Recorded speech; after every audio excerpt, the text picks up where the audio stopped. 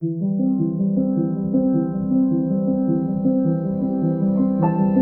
there, and welcome to Coming Back, a podcast about coming back to life after loss.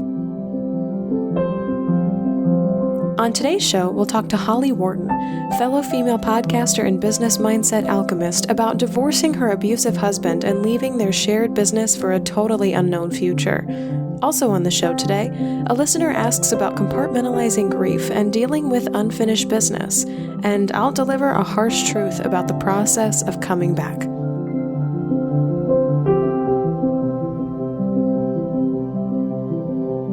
I'm Shelby Forsythia, an intuitive grief guide who gives people the tools, space, and support to come back to life after loss.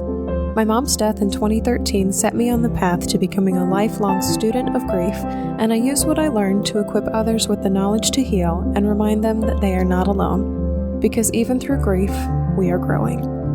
Let's get started.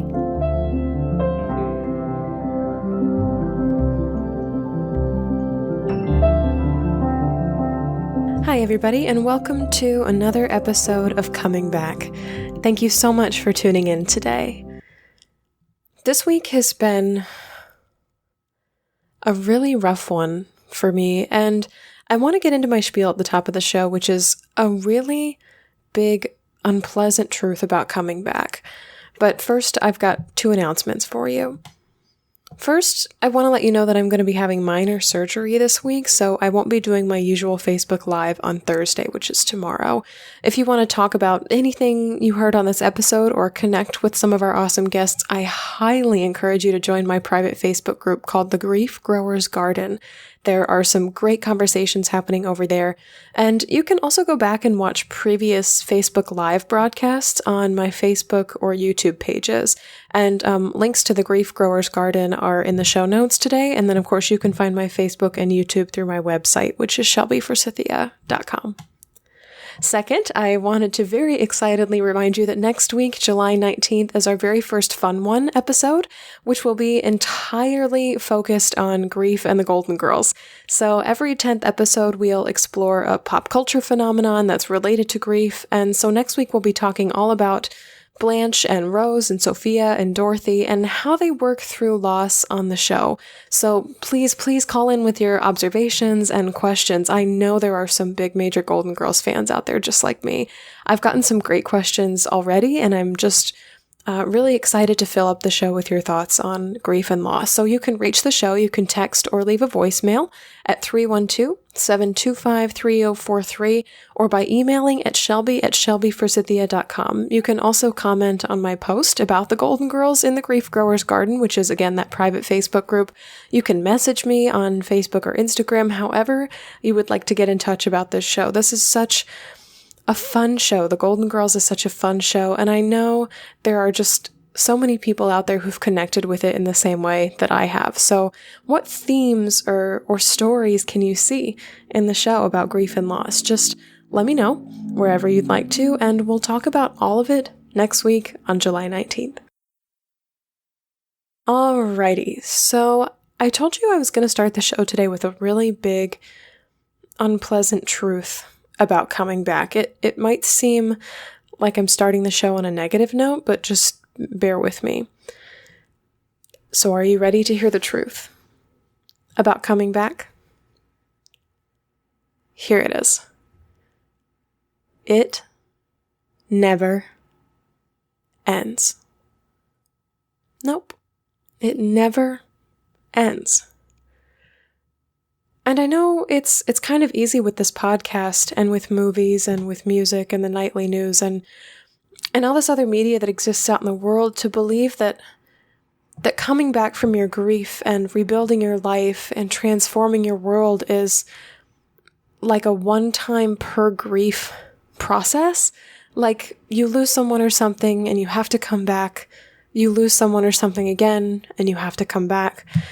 And if you've got stretches of years between those losses, you don't have to do the work of coming back, right? Wrong. Wrong.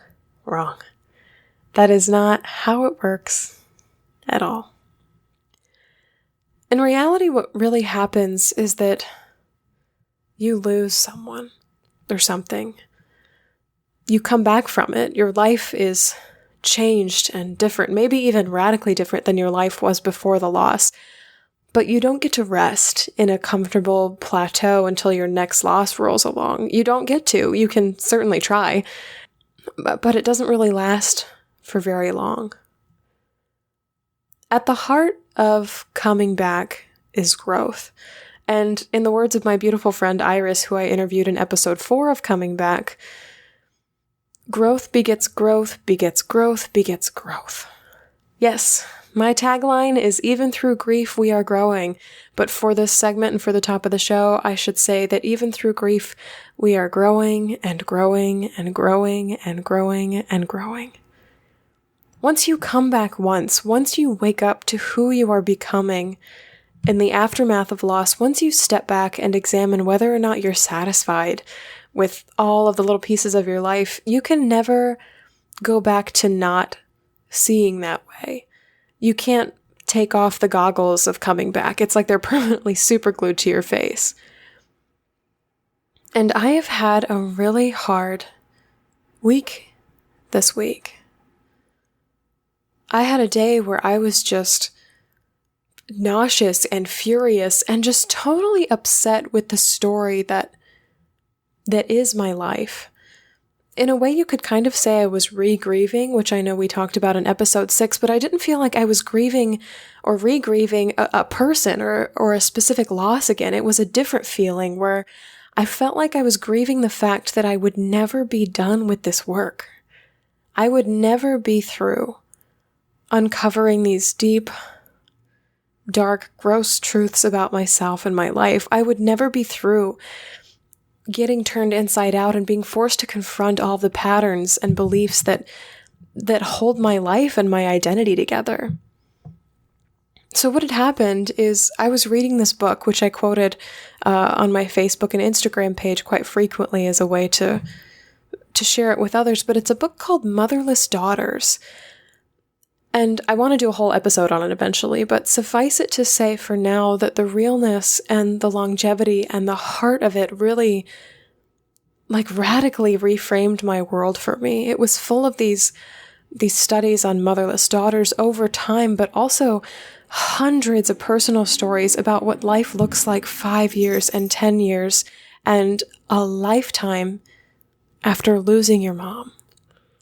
It was my story, but I could see into the future with it. And it really made me really, really, really realize the permanence, the finality of my mom's death. And it also made me realize just how hard my life is and is going to be without my mom in the picture. I suddenly became aware not just of the gifts that grief has given me, but the shortcomings and the destructive habits and the totally altered worldview. It literally had me sitting back at times and thinking, whoa, is this my life? I think they're talking about me. There's something about hearing stories that align almost exactly with your loss. All losses in general can serve as windows into other worlds and inspiration to confront loss and come back from it in our own lives. But hearing from others with your exact same story, your exact same loss, there is a bond and a sisterhood and a brotherhood there that is phenomenally significant. And while no two losses are the same, grievers who have lost the same things tend to find solidarity and a mirror in each other. So I definitely found solidarity and a mirror in this book, and I so loved all of its insights on how early loss informs my work and my relationships and my resilience, but I also saw in this mirror that at the heart of it all, there is still a little girl inside of me who will always be screaming for her mother. And that is absolutely heartbreaking and earth-shattering. And that reality will also affect my work, my relationships, and my resilience. This wisdom, this reading, this knowing more, this is the work of coming back. I am facing the reality this week that sometimes coming back looks like just settling down to sleep and getting woken up by a siren outside, then shutting your eyes and laying back down and realizing you forgot to turn the air conditioning on, then going back to bed again and getting all nice and cozy under the covers and being woken up by your neighbors upstairs having sex, and then turning over, putting the earplugs in, and doing your best to try to sleep with your pillows all fluffed up and your eye mask on, and then being poked in the nose by your 5-year-old who just had a very, very bad dream. So do you get what I'm saying with this picture? Coming back and the process of doing all of this heart work after grief just rocks our worlds. It never ends. It's impossible for us to go back to sleep. We can never truly rest in our lives. We can never truly be complacent. We can never truly ride out a plateau ever again. Coming back does not allow us to stay static. And sometimes that realization totally sucks. We look around at all of our friends leading quote-unquote stable lives and see them in the same jobs, the same homes, the same family structures, the same cars, the same clothes for years and years and years. And we look at them in wonder and amazement and envy and shout, how the hell can your life be so unbelievably consistent? Because what people don't tell you coming in to coming back is that it's not a roller coaster. It's not a road. It's not an obstacle to be overcome. All of those things have defined beginnings and endings. Eventually you get off the roller coaster. You start somewhere and you end up somewhere else. And that's the way it goes. It can all be compressed into a 90-minute feature film. But my coming back and the coming back stories of so many people I know looks like this constantly morphing ebb and flow, this tilt towards growth and yet this pause for destruction, this leaning towards knowledge and insight and becoming whole in this constant, consistent undercurrent of tearing down everything that holds us back. It's a process that once it's quote-unquote finished, starts all over again. And we might feel some consolation if the journey felt easier as we went along. And I guess in some ways it is. Things like saying no comes more easily. Self-care and rituals that ground us tend to come much more quickly. And tuning into our hearts takes less work and less effort. We're able to hear our inner voices a little more quickly. But the stories and the issues and the patterns and the beliefs that are being destroyed and dismantled in this undercurrent, those get deeper and deeper and deeper and deeper. And that's what gets hard. The pain grows more intense as your gifts and awareness increase. You are releasing bigger griefs as you develop truer ways to cope. That's just the way of it. And sometimes there's this feeling of betrayal, like how could coming back be so hard? How could something that's already caused me a significant amount of pain keep causing me more and deeper pain as time goes on? I thought this was supposed to help me. I thought this was supposed to be easier. And that's where I was this week. That whole energetic space is where I was this week. It's where I still go sometimes when I'm walking through an experience I would rather not look at.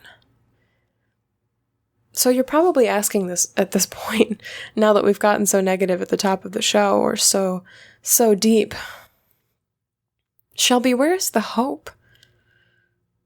Where is the light in the harsh reality that coming back never ends? And I'll tell you that the thing that makes coming back so hard is the same thing that makes coming back so beautiful. And that is no matter what you're working through, no matter how high or low or mediocre you're feeling on any given day, no matter how united or disconnected you feel in relation to the rest of the world, you can know this without a doubt. You are alive. Gone are the days of unconsciousness and zoning out and quote-unquote not knowing what's really out there for you. Coming back helps us see the light once. You see the light once, you come back once, and you are undeniably, unshakably alive for the rest of your life. You are conscious through your milestones, through your heartbreaks, through your births and your deaths. You are incredibly alive. And that is one hell of a human experience. That is the truth of coming back. It never ends, and you are undeniably alive. So I'm feeling alive this week. Alive and broken. Alive and with a spirit ripped freshly to shreds. Alive and transitioning to a new space of awareness. Alive and resisting to discard the old. Ugh. Alive and seeing with new eyes and a new perspective that I didn't ask for. Alive through it all. Alive through coming back. If you're feeling alive this week, good, bad, ugly, I want to know what you're living through. Maybe we can walk together. I've been getting some really lovely messages and stories from you, and I would be so honored to just hold space for wherever you are. 312-725-3043 or Shelby@shelbyforsythia.com. Up next, we'll talk to a listener who's concerned about the idea of compartmentalizing grief. Stay tuned.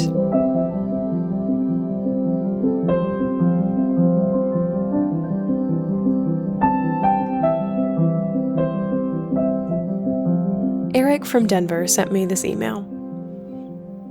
Dear Shelby, a few weeks ago I was sitting out on the back porch with my father catching up. He let me know that my grandmother, his mother, had been ill with a nasty virus for the past few days. My grandmother is 84, with an incredible zest for life. She's writing a novel, she's co-directing a stage version of Sister Act, and she just got back from a trip to Costa Rica where she explored the Amazon. So she's still kicking it. Nevertheless, each illness is a reminder of her fragility. My father was talking about coming to terms with the loss of his mother sooner rather than later, and as we were talking about it, he told me something that was incredibly disconcerting to me.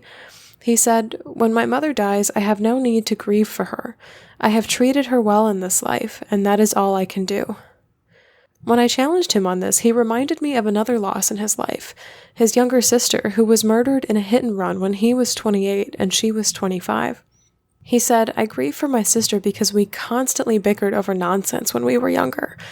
When we were finally young adults and started to get along, she was taken from me. I don't need to mourn my mother. I've done right by her. I did not do right by my sister, so I mourn her." This compartmentalization of grief doesn't sit right with me. I recognize that it's never my place to tell anyone how they should grieve, but I feel like this is a line in the sand that doesn't need to be drawn. Do you agree, or am I the one off base here? Eric. Hello, Eric, and thank you for writing in. This story that you sent in is a perfect textbook example of no two relationships are the same and no two griefs are the same. I love that you've identified this truth in your life. I don't think that this is compartmentalization of grief as much as it is recognition on your father's part that he has two totally different relationships and griefs with his mother and sister, respectively. He may not be phrasing it the best way, but it sounds like the emotional recognition is there. So there are a lot of factors at play here. The first one is very obviously age. Your grandmother, his mom, is still around at 84. That's a long life to lead, and in our society, a long life is stereotyped and presented as a quote-unquote good life. We're much more comfortable losing people when they're older as opposed to when they're younger because we feel like, if nothing else, they've had the chance to live a good, full life. The grief is not necessarily easier to bear, but our hopes and our dreams and our expectations for their futures are radically different. For lack of better phrasing, they don't have as much life ahead of them as a child or somebody in their 20s who dies. We don't lose as much of their futures when they die. So that brings me to your sister. This sounds like a total tragedy in your father's life, and I'm so sorry that he's had this experience. And not only is age a factor here, losing the possibility of a good and a long life, but violence and justice and reconciliation are all kind of, how to phrase this, they're all kind of hanging out in this loss together. His sister was not permitted to live the life that she wanted to live and that he wanted her to live. Her life was literally taken from her, and that in itself is worth grieving, not to mention the fact that she was so young and the fact that she and your dad hadn't come full circle yet on some childhood rifts that they had. So this whole situation is very unjust and unfair, and that can really tint the lens of grief for this loss. I really want to jump into the phrase do right by her. You mentioned your dad using that phrase to describe both relationships here in this situation, that he did right by your grandmother but did not do right by his sister. And to me, this sounds like a concept from the grief recovery method called emotional completion. To be emotionally complete with someone is to feel that everything has been said and done. All communications of an emotional nature, like apologies, forgivenesses, statements of love and thanks, and enjoying a life together, have been made. There's no unfinished business. There are no undelivered communications. Everything has been expressed.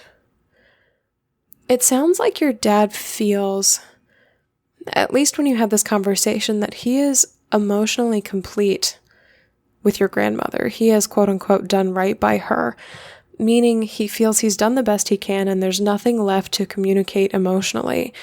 And when she dies, he might grieve for her physical existence on this earth, but there will be no grief over things left unsaid. Conversely, it sounds like your dad still feels that he's emotionally incomplete with his sister. When he says he didn't do right by her, he still had emotional communications that needed to be made, but he never got to speak to her. Her physical departure from this world robbed him of the opportunity not only to say goodbye, but to say, I'm sorry, or I forgive you, or we were both assholes, weren't we? Or thank you for taking care of me. Just anything that needed to be said. There's a concept I talked about in my last podcast, episode 8, and the concept is called hope of reconciliation. And that ties in really closely with this. Because in your dad's sister's death, he lost all hope of reconciliation in addition to losing his sister. All of his hopes and dreams and expectations for her future and their future together died. They actually were taken away from him. And that's why, or at least that's what he's telling you, he still grieves for her. He mourns the fact that relationship never got to be emotionally complete, like his relationship with his mom, your grandmother. He was literally robbed of the chance to do right by your dad's sister. If you're expecting your dad to grieve the same way for his mom that he did for his sister, don't. I would drop that expectation immediately. And you say that this line in the sand doesn't need to be drawn, but I'm actually going to sign off on compartmentalizing grief in this scenario. And by that I mean compartmentalizing grief on a relationship to relationship basis. This is a different concept than compartmentalizing grief away from every other aspect of your life, or like trying to put grief in a little box all by itself in your brain. I think that the lines that your father are drawing here are valid. I think it's just a reframing of what he's going through that needs to happen. I don't think that what your dad was telling you here is that he will not grieve at all when your grandmother dies. If that's the case, I think that's another question entirely that we can also address. I think that what he was telling you is that he's made as much peace as he can with the reality of her death. Everything has been said that he feels needs saying. So his grief will express itself much more differently than it did with his sister. And that's all you should expect. Thanks again for writing in. If you're struggling to feel emotionally complete with someone you lost, leave a voicemail for the show, 312-725-3043, or email shelby@shelbyforsythia.com. We would love to hear your thoughts. You can also ask your own question to be featured on the show, again, by leaving a voicemail at 312-725-3043. I did also mention text earlier on this show. You can also text this number, or emailing shelby@shelbyforsythia.com. And you can find both of these contacts in the show notes. Next up, we'll talk to Holly Worton about her back-to-back losses, divorcing her husband and leaving her business, and how she came back from it all.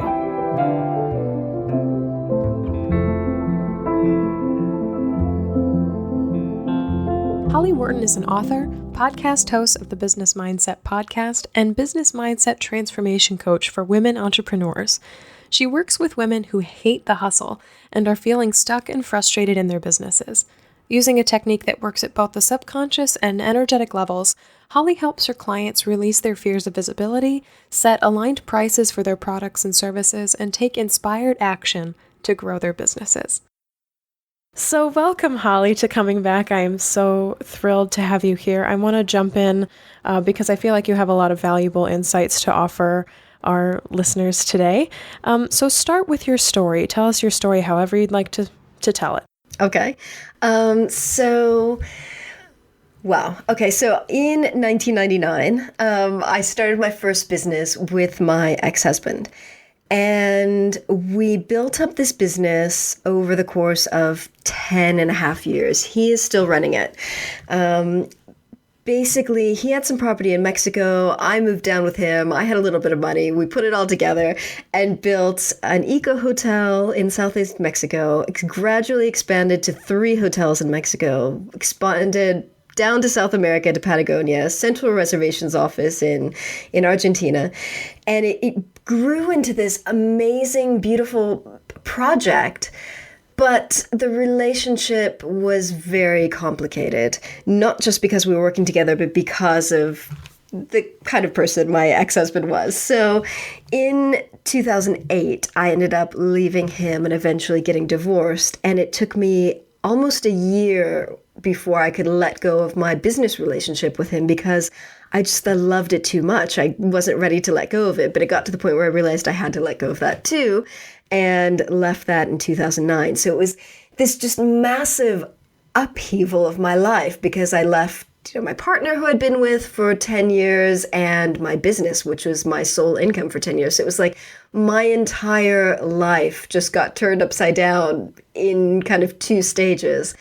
And so much of my identity was wrapped up into my business because I just put all of my heart into it. And so when I made the decision to leave that, it was like I didn't know who I was. I had no clue. It was like I completely lost my grounding and my direction in life. And I just felt very, very, very lost. Wow. And yeah, for sure. And I think that not enough people acknowledge that things like the relationships, the intimate relationships we form with other people and our jobs are both our jobs, careers, the things that we create are both things that relate so closely to our identity. So when we lose them, we're literally losing pieces of ourselves, parts of ourselves are dying. I want to know, where was your heart in all of this? Like, as this was happening, I almost want to know, did you see it coming? Like, did you know, were you blindsided? Was this kind of planned and executed in a way? And then where was your heart in all of it? What were the messages that it was telling you? Well, it was very much planned and executed, both parts of the leaving. it was just a matter of me getting up the courage to do it, because I knew it had to be done, because I was deeply, deeply, deeply unhappy. But it was so hard to do. Both of those decisions were so difficult for me. And where was my heart in all of that? I don't even know, because I was so out of alignment with myself as a result of that relationship.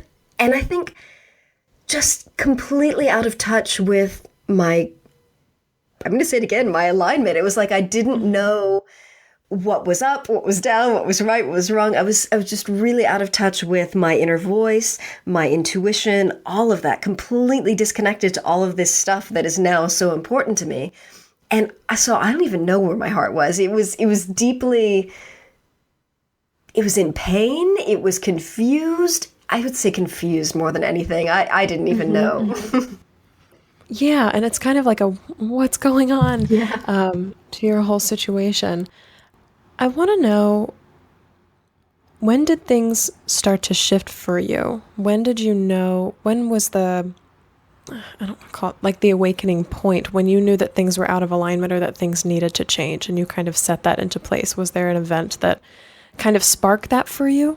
It was gradual over the course of those 10 years. It just kind of kept getting worse and worse and worse and worse and worse until I finally realized I needed to do something about it. And I knew in the back of my mind that I needed to do something about it, but it wasn't until I actually had to set myself a deadline. I remember it was the beginning of July 2008, and I remember saying to myself, by the end of July, I'm going to do it. I'm going to leave. And oh my God, that was so hard. And I spent the entire month of July just agonizing over it, because I just thought, I'm not going to be able to do it. I'm not going to be able to do it. I'm not going to be able to do it. And then on July 24th, near the end of the month, I did it. And that was kind of the first stage of the rest of my life. It completely changed my life in so many ways. Taking back, kind of getting the courage to make that decision and moving on. And then the second part of it was when I left my business. Had you ever set a deadline for unpleasant things before? Because this is a totally new concept to me. And I'm kind of amused, but I'm also like really proud of you in the way that came forward. You're like, I'm going to do it, but I'm going to make it almost like homework to make this happen for myself. Honestly, no. So since then, I've gone on to train as a coach. So I'm really clear on the process of setting goals and setting deadlines and that kind of thing. But back at that point in my life, I had never done anything like that before. I think it was just, it was going through that dark night of the soul. My life was just spiraling down and down and down. It was getting darker and darker and darker. And I just thought, I've got to set myself a deadline. Otherwise, it's not going to happen. I've been unhappy for so long. I've known it's not right for so long, but I've got to set a deadline. So I think it was just kind of divine inspiration that put that idea in my head, because I'd never done anything like that before. I absolutely love that. And that's definitely a first for this show, to be like, there was an episode we did, I believe it was episode 4 with Iris Rankin, where we talked also about relationship breakups and moving across the country, where there's these losses in our lives that we actually have a hand in creating. Death is very much something that's people are taken from us and we have no choice in the matter. But a lot of the other losses in our lives are losses that we quote unquote create or have some say in how they play out. So to have to make a date with yourself on your calendar to create a loss in your life, it's such a cool, like, radical concept to me, and I'm dwelling in that right now. I just absolutely love reveling. Well, it was definitely not on my. It was definitely not on my calendar, because he would have seen it. But it was very. Leave husband, July 31st. But it was definitely in my mental calendar. It was definitely in my mental calendar, and it was in my thoughts every single day, because I honestly wasn't sure I would have the courage to do it. Sure. And I'm curious, at this point in your life, what was your, like, beyond your relationship with your husband, what was your external support network like? Like, how did your family, your friends, your coworkers perceive this relationship and your business, and how were both of those support networks affected when all of this kind of went down? Like, were you supported through this? Okay, so I'm going to come out on your show, and I've been debating ever since I reached out to you to be on the show, how much I'm going to say, but I'm just going to say it. I'm going to talk about something that I don't normally talk about in platforms like this. The relationship was abusive. Physically and mentally and emotionally. And so that was one of the reasons why it was so important for me to leave. So as in many abusive relationships, I had no support network. He had managed to lead me to abandon all of my friends. I was very much out of touch. I was living in a foreign country. I was out of touch with my friends. I was out of touch with my family. I had absolutely no support network. I felt so alone. And that was also what made it so difficult to make this decision, because when I left him, I mean, I remember waiting till a moment when I knew he wasn't he was out of the office, he was out of home. I ran home, I packed a suitcase, ran out, booked this horrible hotel, and checked myself into the hotel. And it was like, I had no one to call, I had no one to talk to, I had no one. And of course I did have friends and family, but I was not really in touch with them because I'd allowed myself to make the decisions to really distance myself from them over those 10 years. So I felt like I had no one to go to.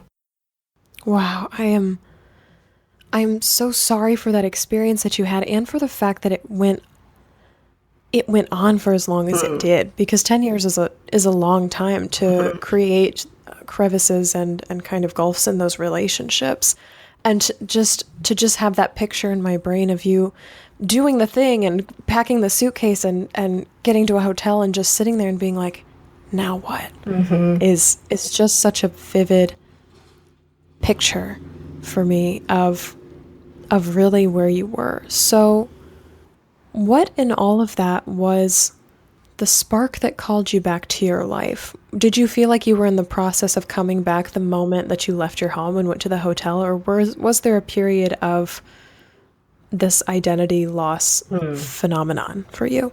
Yeah, I would say about 3 days after I left him, I found my own apartment. And that was the first day that I started feeling like I could breathe, because I had my own space for the first time in 10 years. And it was like I had my own territory and no one knew where I lived. So that was the first time where I felt like I can breathe. But of course, I was still wrapped up in this business relationship with him. And that went on for almost another year. So that was very tumultuous as well. So it was like I was starting to feel like I had some breathing room and kind of starting to come back. But I think it wasn't until I actually left my business that I really started the deep process of coming back. And after I left my business with him, I intentionally went on, it was supposed to be about a year, but it ended up being a year and a half kind of sabbatical of just working on healing and reconnecting with myself and trying new things and playing and trying to have fun and just recovering my life. And that was a period of wandering, of exploration, of feeling lost, but feeling like I was wandering around close to my path. It was like I was kind of in the dark. I couldn't see it, but I was getting closer to it than I ever had been before. So I was starting to feel that hope. Oh, I love that visual. Yeah, the wandering but close by, kind of like a mother keeping a watchful eye over babies. You can hang out on the path, but don't go too far. Stay where I can see you. Kind of thing. I absolutely love that. I want to talk about the net and the web of kind of the dregs of your relationship following you through the business relationship. What was that like, still having to interact with this person who had confined your spirit for so long in a way, and to have to continue to interact but still finding your own freedom, that like half in, half out the door? Talk about that. That was so rough. Oh, that was so rough, because it was like I had no sense of boundaries, because they'd all been broken down over those 10 years. And it was like I was kind of starting to learn the concept of boundaries and, like I said, starting to rebuild my life and reconnect with myself. And so it was like I would kind of do a little bit of work on myself, like coming back to myself, but then I would be pulled back into that old world every time I had to have some kind of engagement with this person. So it was like this constant struggle And this struggle was a part of coming back to myself, because it was like I would take one step forward and two steps back, and then three steps forward and one step back. So it was like this constant ebb and flow between my new life and my old life. And it felt awful. I mean, now that I look back on it, I can see how it made sense that things happened like that it wasn't just a straight break and, moving on into my new life. But at the time, it was just so confusing, because I was making those kind of steps forward and back and forward and back and just going, where am I? I don't know where I am. I don't know what I'm doing. I was just finding my way into this new phase of my life. What were you telling yourself in the backslide moments? I guess I was telling myself, it's going to get better. It's going to get better. I had been away enough at that time to see that things were getting better. And I just held on to the hope that my life was going to improve, because it had started to improve. That's beautiful. Where did he come into your picture of coming back? After the divorce happened, after you finally got kind of disentangled from this business relationship, what work, if any, did you do to look back at your relationship with him and start to either heal that or block him out of your life? Or what steps did you take to recreate the relationship that you had with him? Well, I left the business in 2009. 2010, I moved to the UK. And the following year, I trained as a coach. And I did a lot of training for business purposes, for my new business, that ended up being deeply transformational and healing for me. So I trained as a life coach, trained as an NLP practitioner, trained as a spiritual life coach, trained in all this coaching and personal development stuff. And that really started my journey of deeper healing. And then in 2013, I trained in a technique called Psych K that helps you actually reprogram your beliefs at the subconscious level. And that was when I went really, really deep and really worked on my own issues of self-worth and self-confidence and self-esteem, which had been completely just beaten into the dirt during those 10 years. So I started building myself up, and that allowed me to start doing some work with him at a distance. So he doesn't know that I did all this work, but I did a ton of work on our relationship, healing that stuff, healing our connections, and really lifting up my perspective on the situation, because now I can see, and this is, of course, according to my beliefs, and I know everyone believes different things, so this may or may not resonate with people, but I do believe that we choose, as souls, at the soul level, we choose the people we're going to engage with in our human life when we incarnate. And I believe that we create soul agreements to have certain experiences so that our souls can grow. And I do believe that we had a soul agreement to have this type of relationship to help both of our souls grow in our respective ways. So I can see it from that perspective, and I do see it from that perspective. And I can only see it from that perspective now that I've done a massive amount of healing, years of healing work with myself and with the relationship, to get to that perspective. I absolutely love that. And that is a train that I'm also riding. Mm-hmm. And some days it's a lot easier to ride than others. To look around your life and be like, I picked this for myself? Like, really? Yeah. Of all the things on the menu, this is what I chose? What was I thinking? What was I thinking? Yes. So I want to know, is there anything that you're still carrying in terms of, is there anything, not regrets necessarily, but is there anything you're still angry about or still bitter about or wish was different or better or had happened sooner or late? I mean, anything that you look back and still examine pretty closely? That's a really great question. I feel like I definitely don't regret anything. And for a long, long time, I had a lot of guilt and over not leaving sooner, over not having the strength to make that decision sooner. And I've really managed to get to the point where I've let go of that. And I am more compassionate with myself than I ever have been. And I recognize that that was all part of the journey. And even though it felt absolutely terrible while I was in that situation, I wouldn't be where I am today if I hadn't gone through that, because as hard as it was, I am so strong now. I am so resilient. I have learned so much about myself and just how strong and grounded I can be. And I wouldn't have that if I hadn't gone through those experiences. So I am grateful for those experiences, even though they were really difficult, and even though at the time I had so much anger and so much resentment. But I have done so much work to get through that and to be more compassionate with myself about the decisions I made.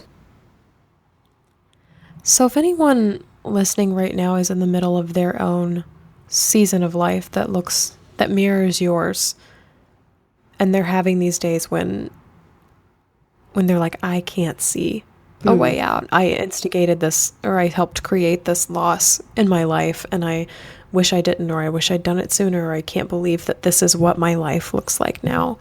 What would you tell them from being 10, 15 years out now? I would tell them, don't give up hope.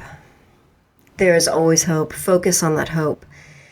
And focus on doing whatever you can to heal yourself, to come back to yourself, to center yourself, to ground yourself, to be in touch with yourself, because that will give you the strength to make whatever decisions it is that you need to make.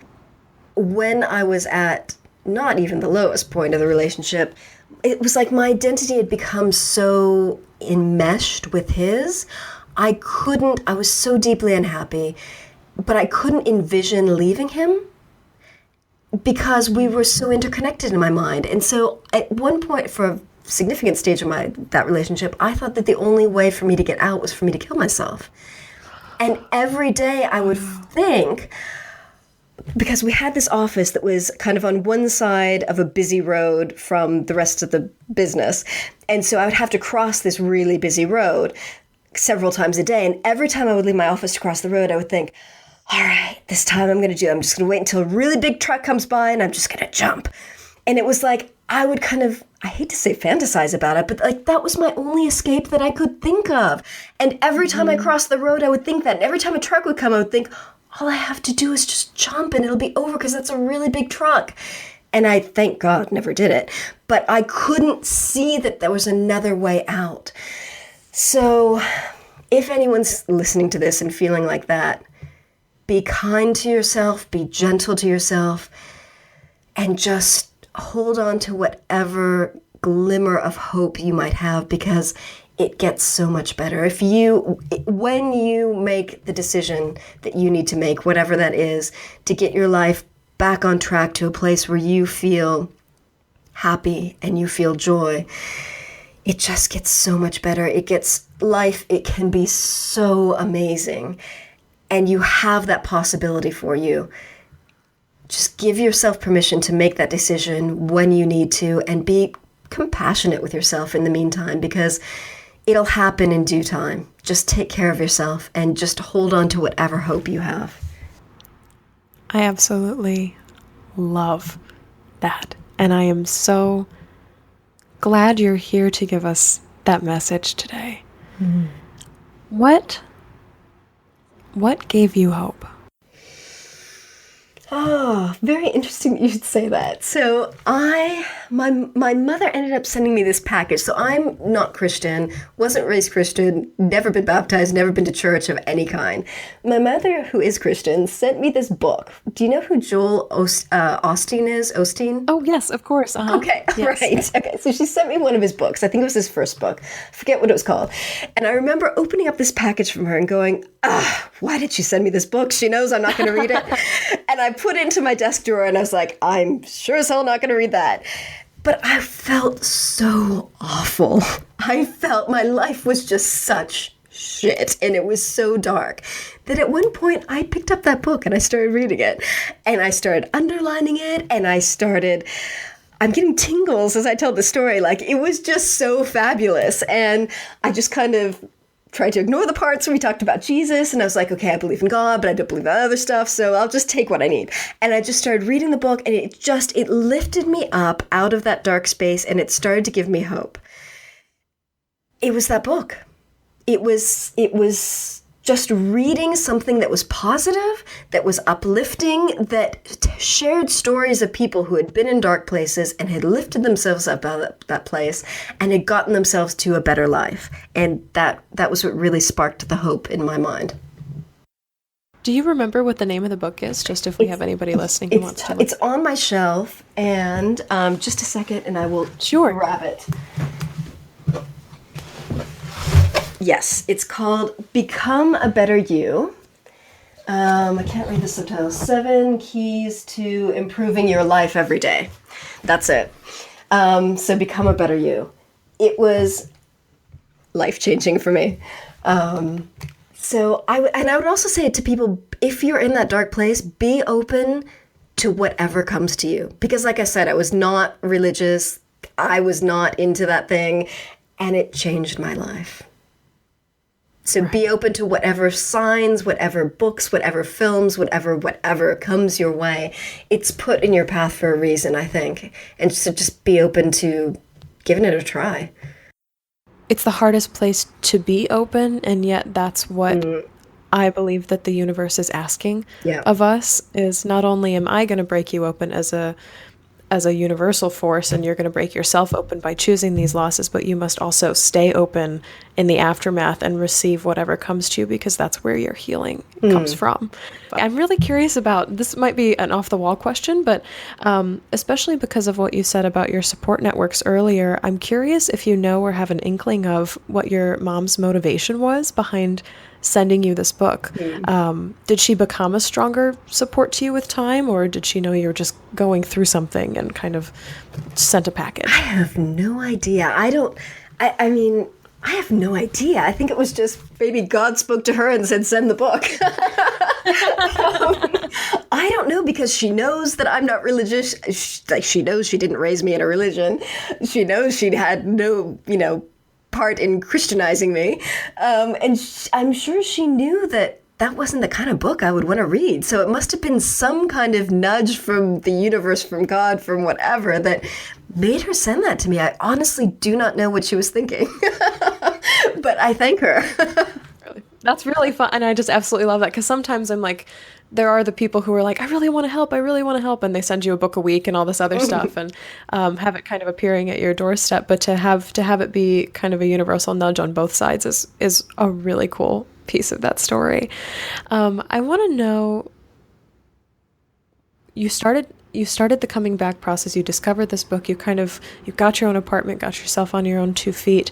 The rebuilding process to now, what did that look like for you in terms of personal discovery, taking all these classes? I guess in a couple of sentences, was there 1 or 2 concepts that really just summed up that regrowth process for you? Time and space. So allowing myself the time and the space to focus on me. And that just felt so indulgent. And I was a bit guilty about it. But that's exactly what I needed, because I hadn't had time and I hadn't had space for 10 years to focus on myself.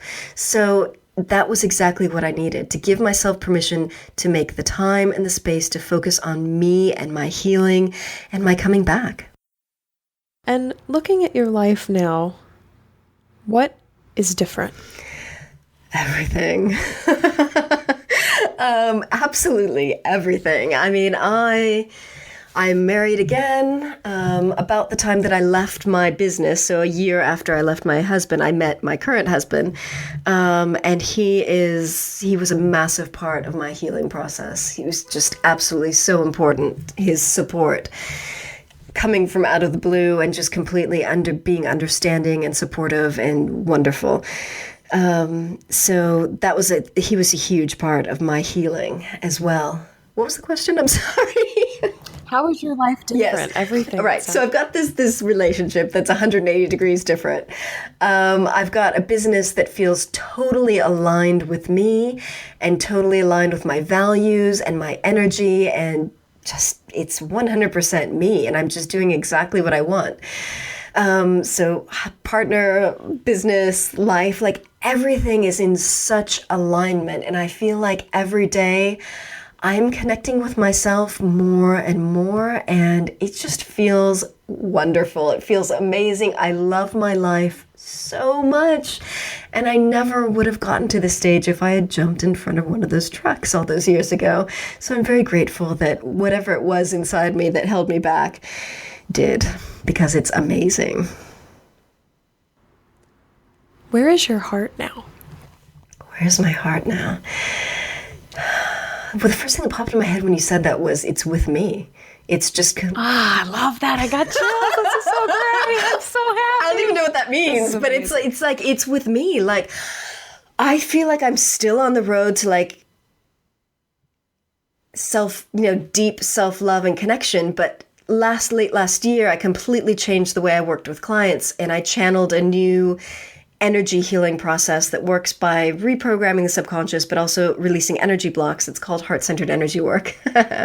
So, as someone who for all those years dealt with complete disconnect from the heart center, I am now working with the heart center, with myself and with other people to help people heal, using this technique that works very much with the heart. So nothing like disconnection to connect you again. Yeah. Yes. Oh my goodness. That makes me so incredibly happy. Yeah, that's so good. That's so good. With me. You don't need to know anything else. It's with me. Yeah. That's so phenomenal. So delve a little bit more into the work that you're doing now. And if anybody's curious about the services that you offer or where else they can find you on social media and beyond, would love to learn more about what you're doing in your life right now. Great. So my website is hollyworton.com, and that's HOLLYWORTON. And I'm on pretty much everywhere on social media. So you can find me on YouTube, you can find me on Instagram, Twitter, Facebook, all that stuff. And I talk about all kinds of business-related stuff. I have a podcast, again, talking about the same kinds of stuff that I do. So I mostly work with women entrepreneurs on their business mindset. But because everything is related in life, and because I tend to attract women who are a lot like me, who have gone through either abusive relationships or loss or stuff like that, we work on healing that kind of stuff as well. So help them identifying the mindset that they need to create the business and lifestyle they want. So who do they need to be? What do they need to believe about themselves? What are the limiting beliefs and fears that they need to let go? I help them explore all that, and then we work using this heart-centered energy work technique to reprogram the subconscious beliefs and release any energy blocks that are getting in the way of them becoming the person that they want to become. Oh, that is so phenomenal, and I love hearing the excitement and the energy in your voice, talking about that. It does feel aligned, and your heart is definitely in this work. Holly, I have so loved having you on the show today, and I'm so excited to share your story with all our listeners and bring conversations about relationships and business and divorce and coming back through staying open to all of these ears. So thank you so much for coming on the show today. Thank you so much for having me and for getting me to open up about things that I wasn't sure I was ready to talk about. I'm so proud of you. I really am. You said the words coming out, and I was like, oh my gosh, what kind of coming out? Because there's so many different kinds of coming out you can do in an interview. We're coming out and we're coming back. I absolutely love it. It tickles me so much. So that's all for this episode of Coming Back. A big thank you to Holly Worton. Thank you so much for sharing your story with us and coming out with your experience on the show. It was an honor to hold space for your heart. Holly came back by creating space and time that she hadn't had in 10 years to explore herself and her heart's desires, and by remaining open to positive wisdom from unexpected sources, like Joel Osteen's book, Become a Better You. Check out Holly's podcast, the Business Mindset Podcast, where you can hear more about her work and lots of stories from well-known female entrepreneurs. I'll actually be on there myself in the very near future, and she has over 200 searchable episodes to choose from, hollywworton.com, and that website is in the show notes. Next week is our very first fun one, episode 10, Grief on the Golden Girls. So please call in with your questions, thoughts, and stories about Dorothy, Rose, Blanche, and Sophia. I can't wait to visit Miami and sit around the kitchen table and just cut up a cheesecake with you. Please subscribe and tell your friends about coming back. You never know what somebody in your life is going through or what resources might speak to them. Thank you always, always, always to the amazing, talented composer Addie Goldstein for putting together our music. If you're on social media, you can find me on Facebook at Shelby Forsythia Intuitive Grief Guide, Instagram at Grief Guide Shelby Forsythia, or simply shelbyforsythia.com. If you'd like to leave a question or comment for a future show, like our Golden Girls one coming up, leave a voicemail at 312-725-3043. You can also text this number or email me at shelby@shelbyforsythia.com, subject line podcast. As always, it was beautiful sharing this space and time with you, my grief growers. I see you. I am proud of you and the work that you're doing in the world. And I love you. Because even through grief, we are growing.